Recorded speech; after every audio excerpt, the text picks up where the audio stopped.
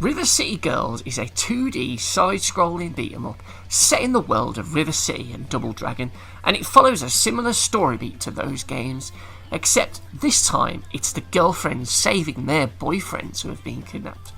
So of course, this results in the two characters, Misako and Kyoko, beating the crap out of anyone and everyone who stands in their way as they skip detention and travel across River City in search of their boyfriends. Created by Way Forward, the guys who gave us that excellent Double Dragon Neon last generation. Is this another beat-em-up classic from them, or will this finally be a misstep for the studio? Find out in Super Beanie-man Gaming's review of River City Girls on the PS4.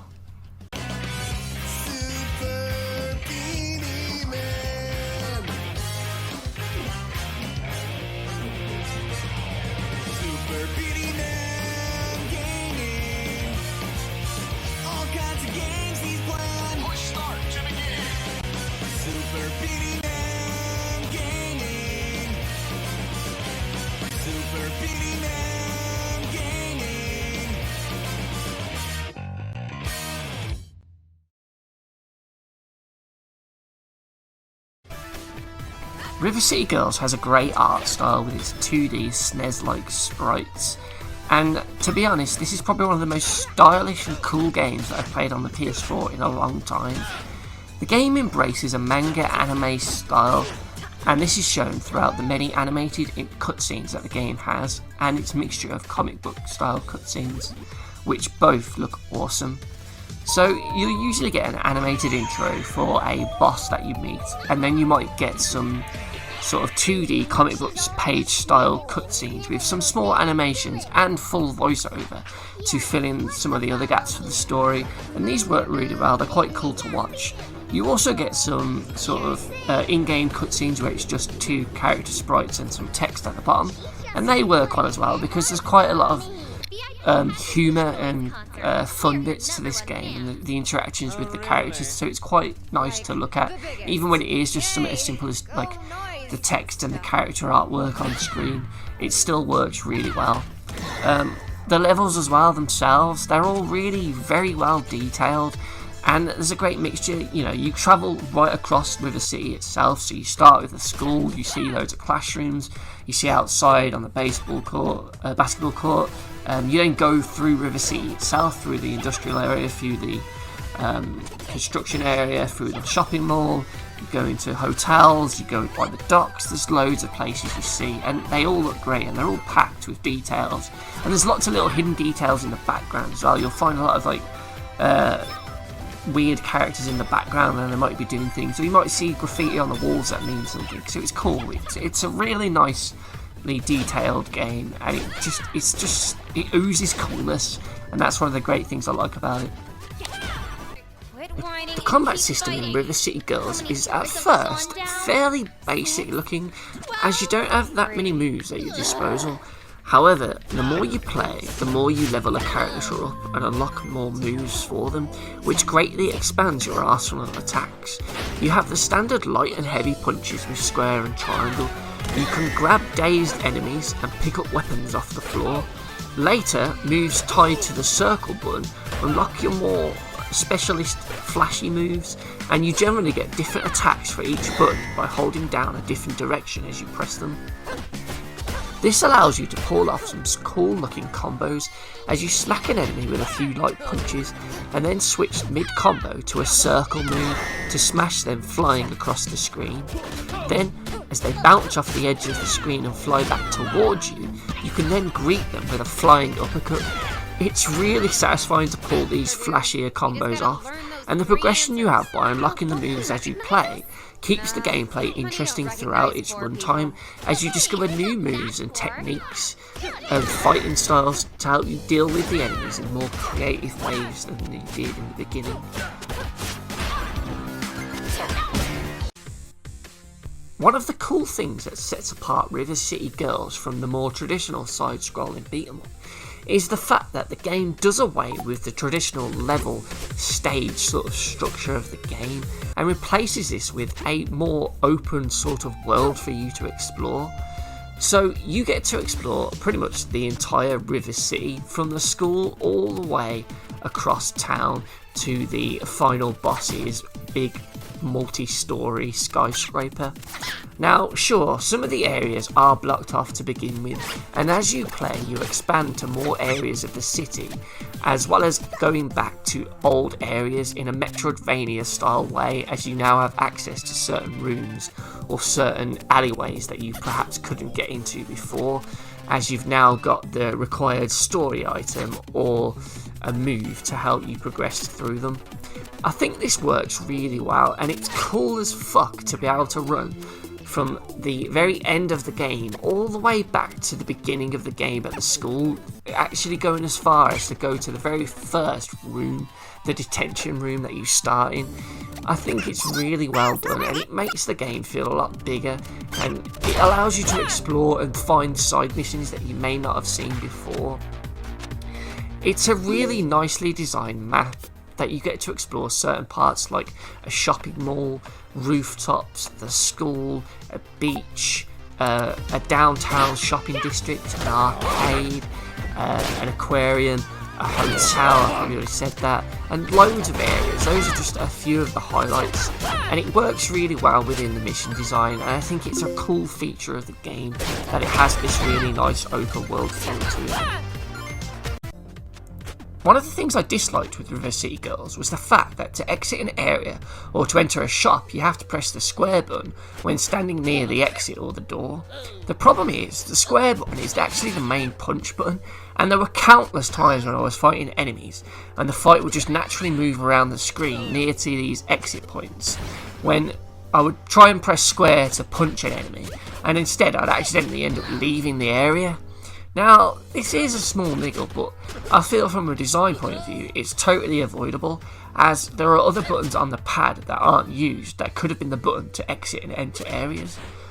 I just found it really frustrating throughout my run, as it effectively blocks off several areas of the stage, and it's not always exits on the right and left, they can be at the top or the bottom of the screen.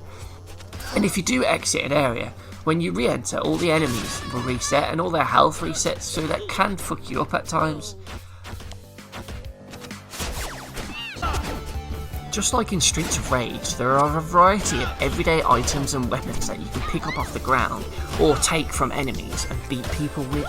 There's so many in this game, and it's fun using pretty much all of them, with the guitar, lightsaber and deck chair, as well as the yo-yo being particular highlights, as they really pack a punch and you feel each hit with them. You also get balls, baseball bats, boomerangs, wooden planks, bins, you name it. There's a load of items for you to pick up and play with.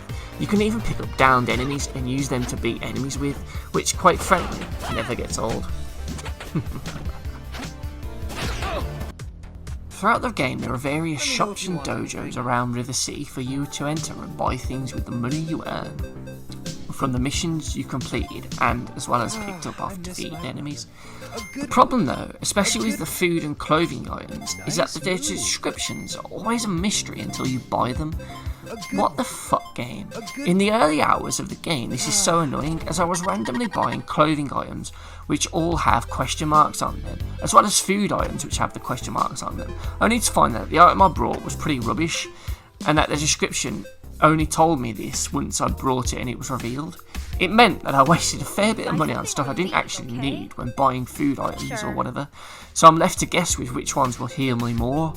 It was a silly roadblock which I don't think was needed. It's just totally unnecessary. Just show me what it is and what it does that I'm going to be buying, for fuck's sake. As you head through River City's main missions, you will often come across various side mission giver characters, one of which is Godai, who is voiced by YouTube's Jacksepticeye. Now his missions usually take place in each of the 5 or 6 districts within River City, so you generally get one side mission per each area, and they will take you around to various areas of this level to do various tasks, such as destroying a load of fancy cars, buying him a burger. One mission you might have to destroy a massive golden statue in the city and then face off against waves and waves of enemies after destroying it. One is a challenge to defeat this mysterious one-hit man in a public toilet, and yes, That's right, he is a person who can kill you with one punch. All in all, these are pretty good distractions from the main mission, and the game's map system marks where they are on the map, so you know whereabouts the objectives are for each mission in that area. And best of all, you can actually free roam the game after completing it, so none of them are missable, which is always a plus point in my book. Oh hey, it's you two again. I got another mission. You better start looking for The fact that you lose money when dying in this game is perhaps the most annoying thing about River City Girls, especially early on in the game when you are saving up money for moves or other expensive items. So when you die in River City, there are no actual lives as such, as you just respawn at the entrance or the start of the area. However, one penalty the game does impose on it is that you lose some of your money.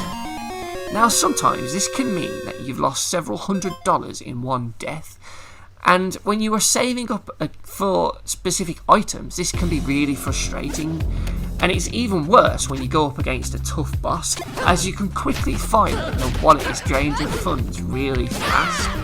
This happened to me on the Abobo fight, and it caused me to have to go back to a different area, build up a load of money to go and buy a load of health items to just clutch my way through the boss fight. For me, this just seems like a needless punishment in the game, as instead you should just lose the money you collected in that area and not money that you've had for ages. Reset the amount to what you had when you entered that particular area and I think it would work fine, but to actually deduct money and even more money just for dying, I think it's a bit bullshit. And especially when items are a mystery, it just means it's another way to waste money, and it just pisses me off. Some of the highlights of River City Girls usually happen when you take on one of the many fucking awesome boss fights in the game. Now, most of these are pretty unique in terms of the stage setup and the actual boss themselves, as they each offer their own unique way of defeating them while dodging their attacks and using the various moves you've learned. The bosses are all fairly challenging, and like I said, the setups are pretty cool. There's a Guitar Hero style boss fight against Noise during her concert. There's a fight on a rooftop with a crazy kid from school who uses some magical teleporting abilities to, quite frankly, annoy you. There's an early boss fight in the school with a very butch looking and a very angry looking teacher that charges at you like a bull. Then there's some Double Dragon references with the boss fight. There's a sort of ninja samurai boss fight, and there's some other kids from the school that you fight. Now, they really are some of the coolest moments in the game, and it's really satisfying when you do finally beat them. There are a couple that can be a bit tricky, but on the whole, for the most part, most of them are just a good challenge and may take you 1 or 2 attempts. Most of the boss fights were great, but Abobo was so overpowered he drained me of my money real quick.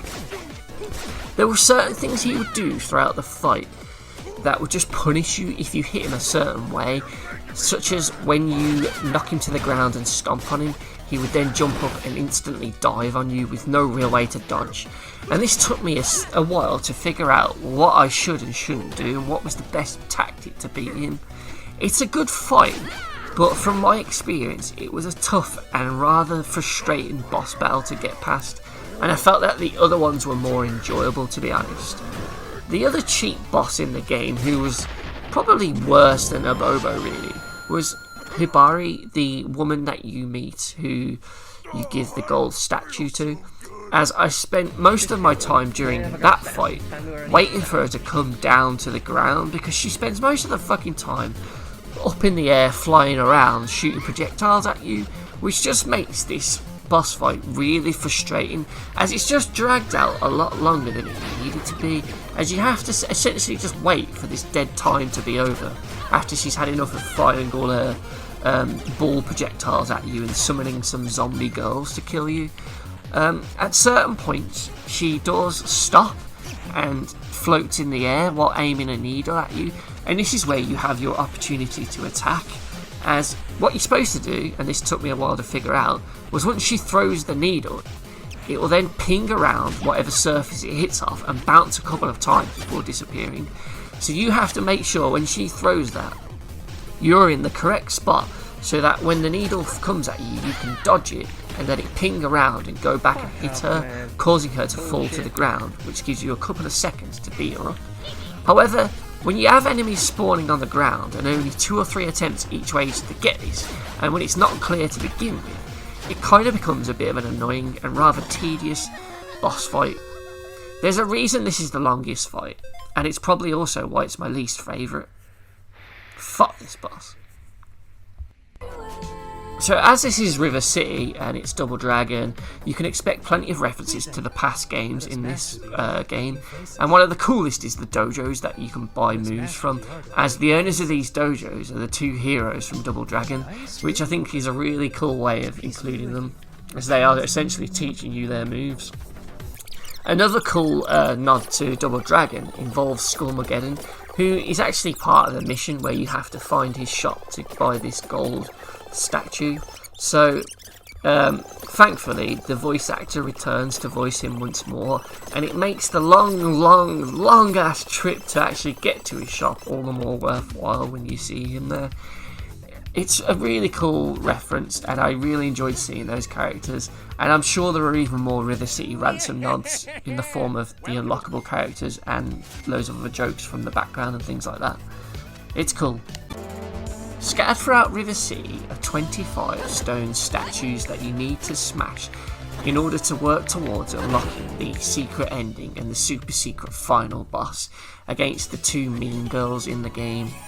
Some of these statues are out in the open and quite obvious to spot, while others are hidden away, tucked in certain areas, or they require a bit of platforming to reach.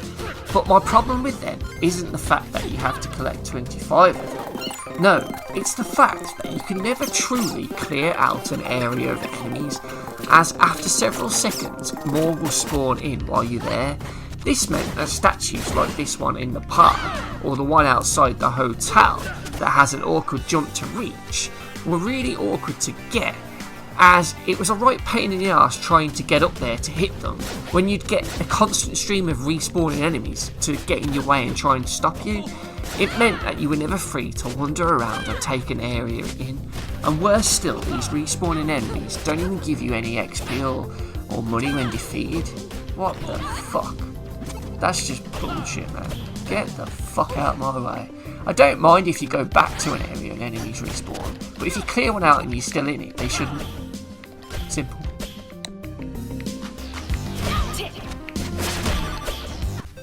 You start off the game with 2 playable characters, Misako and Kyoko, but after completing the game you can also unlock the boyfriends Riki and Kunio. Oh, so I probably said wrong, so apologies. I myself played through the game as Misako, as I felt she was a faster, more agile character than Kunio. She had this really cool jumping slam move with her bag, and her punch to kick combos were great, as well as her dragon punch uppercut. I was surprised at how different they all felt, and Kyoko with her dab attack is quite funny. She, like Misako, also has some Street Fighter moves, like Chun-Li's fucking 100,000 kick thing that she does. The 2 unlockable characters as well, the River City Ransom boys, they also have their own movesets, which I was quite surprised at, because I thought they were just clones of the original characters. So it's really cool to play through, and it encourages multiple playthroughs, as each one has their own sort of fighting style, and it's really fun to play. I was really impressed with the moves that each one could do.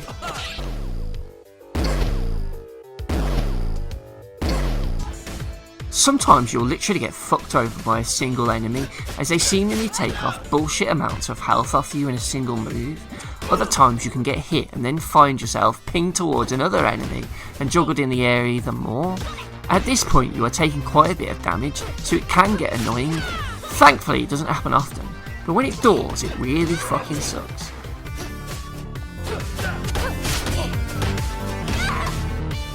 So another gripe I have with the game is that the blocking isn't always reliable. So sometimes you can get hit by an enemy's 3-hit combo, and these hits are quite slow. So you'll get the first one, and then there's a bit of a gap, and then the second, and then the third one land. And you can find yourselves holding in the block button after taking that first hit, and nothing will happen. You just have to stand there and watch as your character's getting beaten up and then smacked to the ground.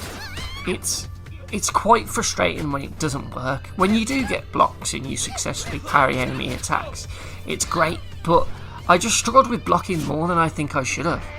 Worse still is that when you hold the block button in, you can't turn or move the character at all, and I feel like you should be able to, at least to turn around so you can face either the left or right directions.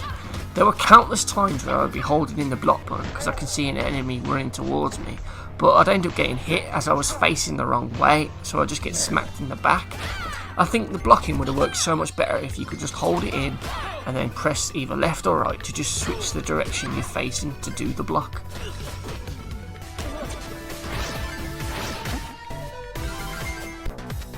Finally, the music. Wow. My god, the music in this game is freaking awesome.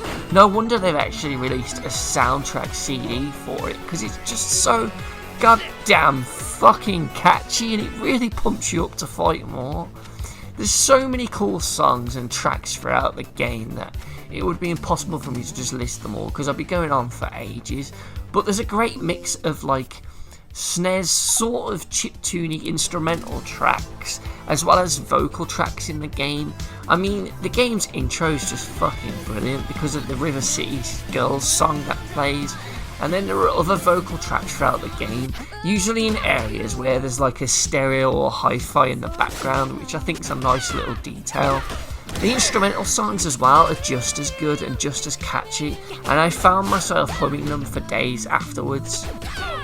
Each track also complements the gameplay, the theme, the overall style and visual setting of the level, and I think each song fits perfectly in this regard, and I don't feel like there is a dud track in the soundtrack at all, which is really impressive. Well done, Way Forward. Brilliant.